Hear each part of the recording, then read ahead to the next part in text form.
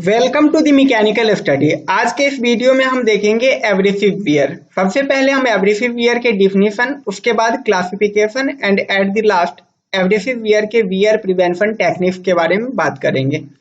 सबसे पहले हम एब्रेसिव वियर को एक एग्जांपल के थ्रू समझने की कोशिश करते हैं। सपोज हमारे पास दो मटेरियल है, एक हार्ड मटेरियल है और दूसरा कंपेरेटिवली सॉफ्ट मटेरियल है, जैसा कि आप फिगर ए में देख सकते हैं। अब यदि हम हार्ड मटेरियल को, सपोज हमने लेफ्ट टू राइट मोशन दिया और सॉफ्ट मटेरियल को राइट टू लेफ्ट मोशन दिया, तो यहाँ पर जैसा कि आप देख सकते हैं इनके एस्पिरिटीज एक दूसरे से कांटेक्ट में आएंगे। एक जब हम इसमें मोशन देंगे तो एक दूसरे से टकराएंगे। तो यहाँ पर जिस पोजीशन पर एक दूसरे से कांटेक्ट में आएंगे तो वहां पर एक दूसरे के मोशन को अपोज करेंगे। और यदि हम फोर्स को कंटिन्यू रखें, फोर्स एप्लीकेशन को कंटिन्यू रखें और वह सफिशियंट है एक दूसरे के अगेंस्ट मोशन को, तो यहाँ पर कुछ एस्पिरिटीज टूट कर सॉफ्ट मटेरियल के कुछ एस्पिरिटीज टूट जाएंगे और अपने पोजीशन पे रिप्लेस हो जाएंगे। जैसा कि फिगर बी में आप देख सकते हैं, हमने हार्ड मटेरियल और सॉफ्ट मटेरियल दोनों को एक दूसरे के अगेंस्ट मोशन को कंटिन्यू रखा, तो यहाँ पर सॉफ्ट मटेरियल के कुछ पार्टिकल्स टूटकर अपने पोजीशन से डिस्प्लेस हो गए। और यह जो वियर हुआ है, जो सॉफ्ट मटेरियल के एस्पिरिटी टूटे हैं, वह एब्रेसिव वियर के कारण हुआ है। इसे यदि हम सिंपल लैंग्वेज में डिफाइन करें तो इस तरह से कर सकते हैं।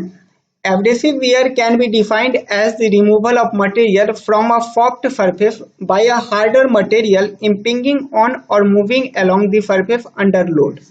Means abrasive wear को हम ऐसे डिफाइन कर सकते हैं, यह मटेरियल का रिमूवल है from soft surface. Means soft surface से मटेरियल का रिमूवल बाय हार्डर मटेरियल। दूसरा जो सरफेस है, दूसरा मटेरियल है हमारे पास, वह हार्ड मटेरियल है, उसके एस्पिरिटीज के कारण यहाँ पर सॉफ्टर मटेरियल से मटेरियल का रिमूवल होता है, जो एक दूसरे से टकराने की वजह से होता है या फिर एक दूसरे के अगेंस्ट मोशन के कारण।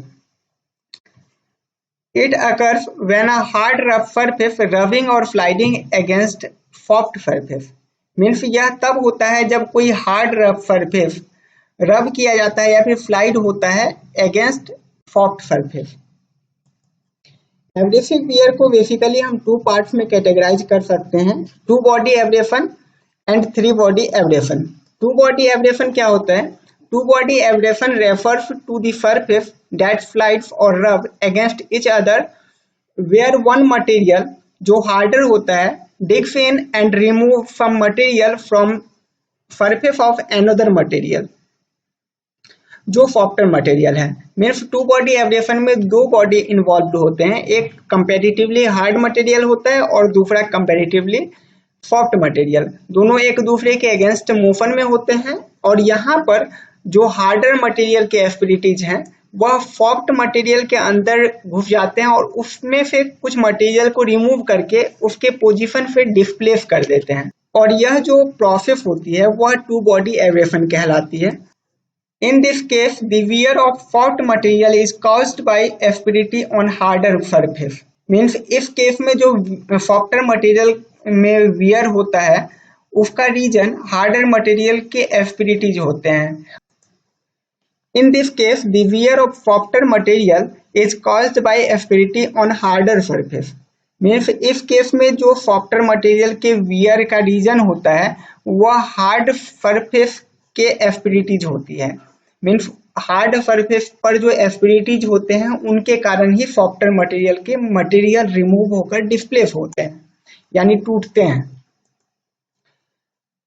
जैसा कि आप फिगर ए में देख सकते हैं, हमारे पास दो मटेरियल है, सॉफ्ट मटेरियल और हार्ड मटेरियल। इस दोनों में हमने मोशन दिया एक दूसरे के अगेंस्ट। तो फिगर बी में आप देख सकते हैं सॉफ्ट मटेरियल के एस्पिरिटी टूटकर डिस्प्लेस हो गए। यहाँ पर जो वियर का रीजन है, सॉफ्ट मटेरियल के वियर का रीजन, वह हार्ड मटेरियल के एस्पिरिटी हैं और इसमें दो बॉडी ही इन्वॉल्व हैं, इसलिए इसे हम टू बॉडी एब्रेशन कहते हैं।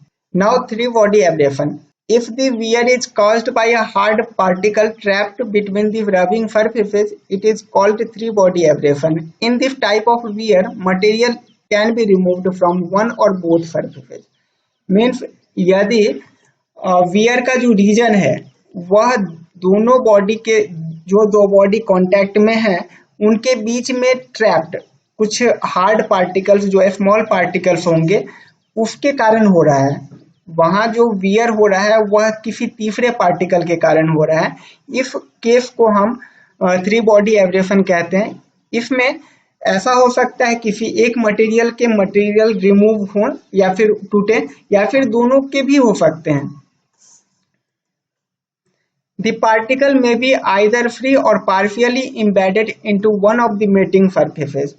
Means पार्टिकल ऐसा हो सकता है कि वह फ्री बॉडी हो, कोई तीसरा बॉडी हो, या फिर ऐसा हो सकता है कि वह पार्शियली किसी एक जो मेटिंग सरफेस है मीन्स हार्डर सरफेस और सॉफ्टर सरफेस जो दोनों सरफेस हमारे पास हैं उसमें किसी एक से जुड़ा हो सकता है।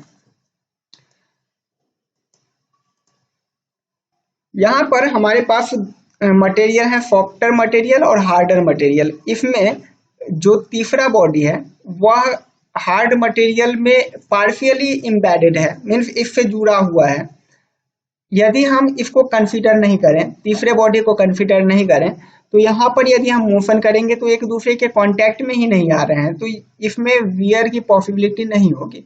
लेकिन इसको यदि हम कंसीडर करें तो यहाँ पर जो है यह थर्ड बॉडी कांटेक्ट में आएंगे सॉफ्टर मटेरियल के, तो यहाँ पर जो एस्पिरिटीज होंगे सॉफ्ट मटेरियल के वह रिमूव हो जाएंगे। जैसा कि आप फिगर बी में देख सकते हैं यह रिमूव होकर डिस्प्लेस हो गया। यहाँ पर जो वियर का रीजन है यह थर्ड बॉडी है जो दोनों बॉडी के बीच में ट्रैप्ड है। On micro level abrasive wear action में result in one of the following wear type.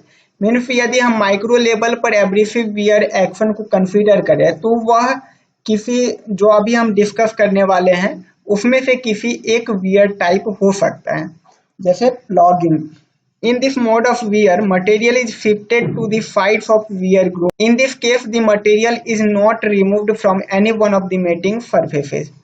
Means wear के इस मोड में क्या होता है मटेरियल जो है वह शिफ्ट कर जाता है वियर ग्रुप्स के साइड में।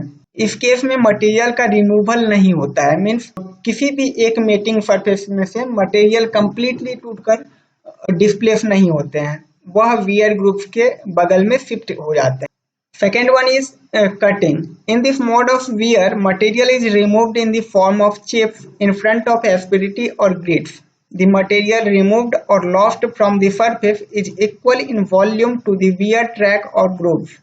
Means wear के इस मोड में क्या होता है मटेरियल जो है रिमूव्ड होता है स्मॉल चिप्स के फॉर्म में जो एस्पिरिटी के सामने डिस्प्लेस होते हैं, टूटकर उसके सामने डिस्प्लेस होते हैं, और इसमें जो मटेरियल का रिमूवल होता है वह वॉल्यूम में इक्वल होता है वियर ट्रैक के या ग्रूव्स के।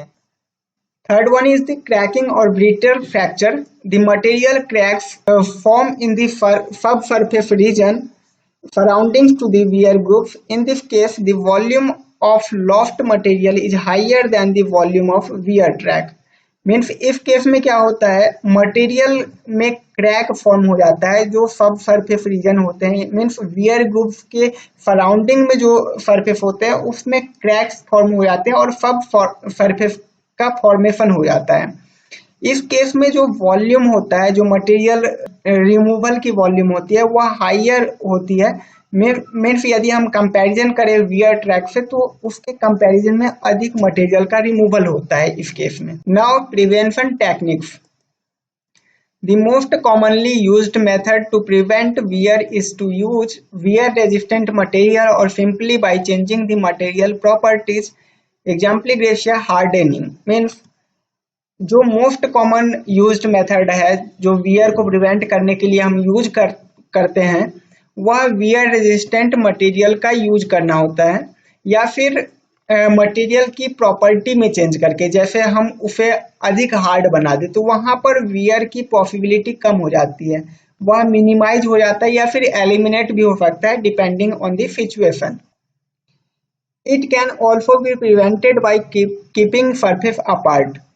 Oils, lubricants and ceramics are commonly used for this purpose. Means यदि हम सरफेस को एक दूसरे से अलग रख पाएं, उससे भी हम वियर को प्रिवेंट कर सकते हैं। इसके लिए जो मटेरियल यूज किए जाते हैं, ऑयल्स यूज किए जाते हैं, लुब्रिकेंट या सिरामिक्स का यूज कर सकते हैं इस पर्पस के लिए। मीन्स दो सरफेस, जो दो मेटिंग सरफेस है उसको अलग रखने के लिए हम ऑयल्स, लुब्रिकेंट्स या सिरामिक्स का यूज करके दोनों को अलग रख सकते हैं। इससे भी वियर प्रिवेंशन होती है।